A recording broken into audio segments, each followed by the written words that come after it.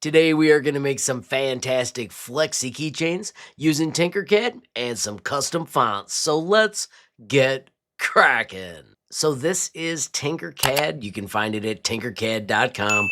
I always choose sign in with Google. All of your designs in Tinkercad are saved to the cloud.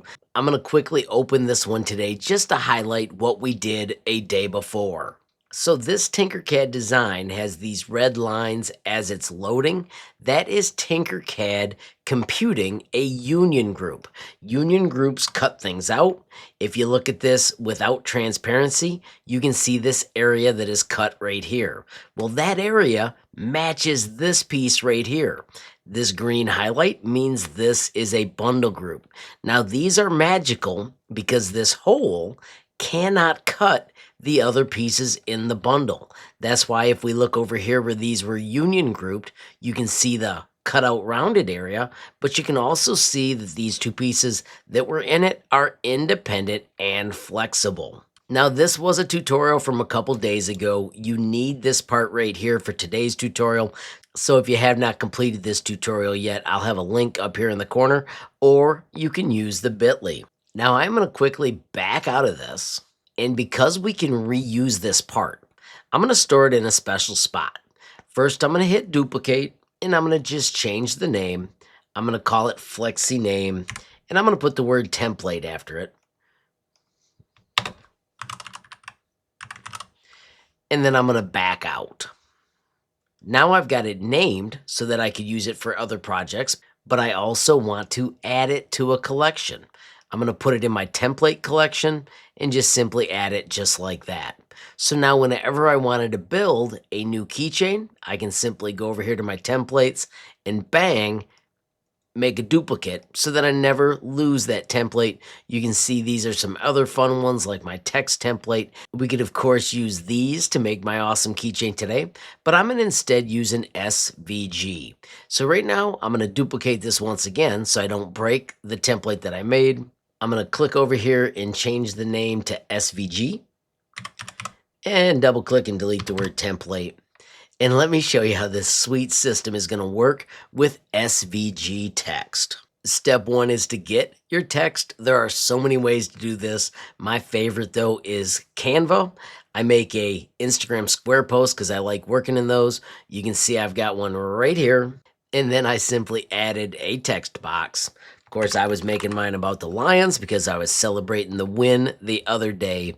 Once you grab these, I do want you to know you should probably do all caps. That makes life a lot easier. One cool thing is you can simply click on it and it instantly does that. Then under fonts, you can pick whatever you want. You can search through these fonts forever, but of course I do want to highlight the ones with skinny lines are a little more tricky. But I'm going to work with this thin one just because I want to show you a trick I came up with. First, make sure you go to your text and pick the letter spacing you want. I need a gap for this because I'm going to add a sweet outline in a moment. Now I want to make sure here that I have a total solid color, and then we need to get an SVG. Of course, you could export them here, but I always like to do mine with a screen capture tool.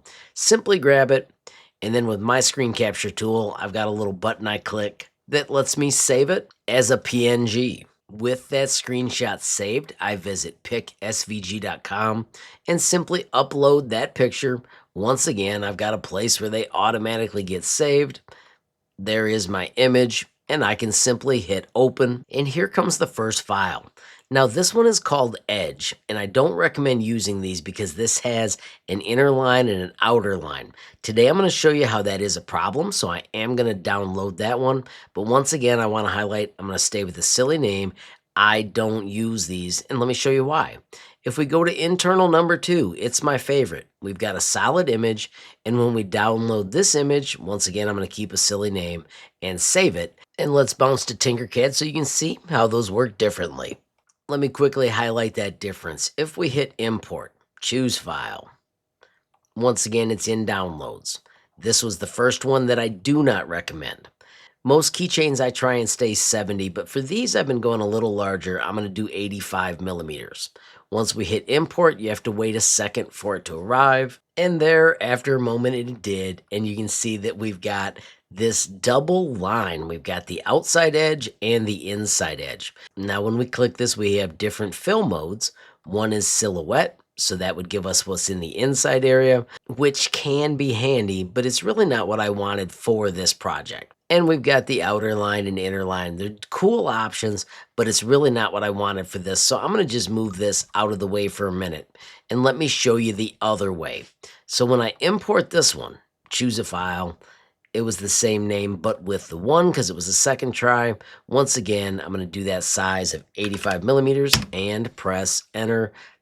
Click import and wait a moment for it to show up. Notice that is much quicker than the other one. Now, I mentioned a moment ago how these are a little bit thin. Check out this solution. So if we quickly compare, you can see that this could be useful, but those openings can be a problem like on the O and such. So that's why I don't want that one. I want this one. Now, once again, this is a Lion's keychain, so I'm going to pick a blue color. I like that right there. And then here is the cool feature I added. Let's bump up the quality. Let's do Control D. Let's switch the other one to outer line. I'm going to set that outer line to size 1. After a moment, it settles in. And then check this out. If I raise this up instead of 10, I'm going to make it 10.5. I have got a cool way to quickly print this in multicolor on my 3D printer.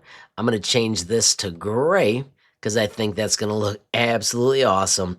And then by adding this outer line, we also made the parts thicker for the connectors that we add. Once again, these connectors were built a different day. If you haven't seen that tutorial, check up here in the cards. Let me show you how to place them. Control D, move them into place. And then I'm going to click on this one and nudge it a couple to get it to where I want it. This letter is going to be a little bit funky. As I nudge it, I'm going to set my nudge to 0.25. That gives me a nice amount of flexibility. I'm going to make sure this touches close to the middle. This letter is hard to find the real middle of, but I want to make sure this is connected, and I want to make sure there's a gap over here. So watch this nudge over. Bingo. Now there's a gap between those two parts. So that way when this is finished, that'll be flexi. Once I've got that one lined up, I'm going to just do Control D and Shift nudge the other way.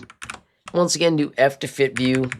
That way we can get this nudged so that we've got that gap. You can pick how much you want. I'm going to go with 2 clicks. Once again, Control D, F to fit view, and nudge to get that gap right. I think I like that. And then over here, Control D one more time. And then we've got to get this back so it connects with the eye. So this one is running into the eye. And then the L is kind of funky because it doesn't have that spot. But what we do is we just add a thin piece, but then we simply use one of these to build a part that is underneath and connects it. I've been working with these a little bit, and because of the thickness of the letters, these really do not show up in the back, and they make the project much quicker. I don't want to lose that piece. I'm going to keep it in my template by doing Control D and leaving it up there. All right, let's add the keychain part. I'm going to simply do this with the tube. I'm going to choose the number 6 for the radius. I'm going to do 3 for the wall thickness. I'm going to take the bevel and make it 2, and I'm going to make the bevel segments 10. I'm going to make the height of this 4, or you could do 5, whatever you pick. Let's get it close to this spot, and of course I need a connector. Once again, Control D and Shift nudge to move it out there. F to fit view. I can make this shorter. I'm going to go all the way back to 12 because I can take this part and nudge it all the way back in. And then I simply need to move this out. So there's that little gap. Once again, tap, tap to get it lined up.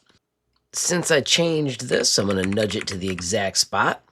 I think that is where I want it. I also want one of those down here, so I'm going to do Control D and Shift nudge to move it all the way down.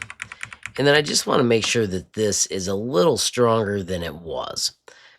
And take that measurement, and let's make it all the way down to 4.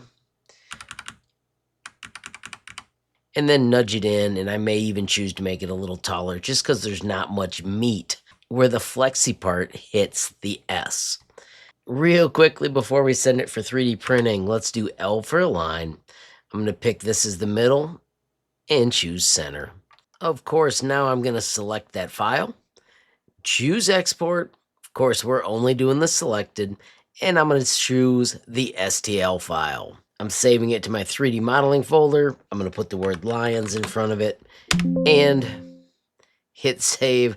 I have done this earlier, so I'm going to simply hit save changes on that. Of course, now we can bounce to Bambu Lab Studio. Let's add that file. When it comes in, I'm going to zoom in, double check that it looks the way I want. Everything looks spiffy. Now I do want to make this 2 colors. I've got a sweet silky silver and the blue. I am going to use the paint tool that's built into Bambu Lab Studio to paint these parts right here. I want to switch to my sweet 0 silver gray. I want it to be on fill, and I want it to have edge detection. Now I can simply go to the middle of those letters and click, click, click, click to have it all set up. How cool is that? I'm going to print this super fast, 0.24, slice the plate. Notice it's going to take about 35 minutes and print the plate. Of course, double check my colors, which are groovy, and send it to the 3D printer. And here we are, our awesome 2-color keychain. How cool is that?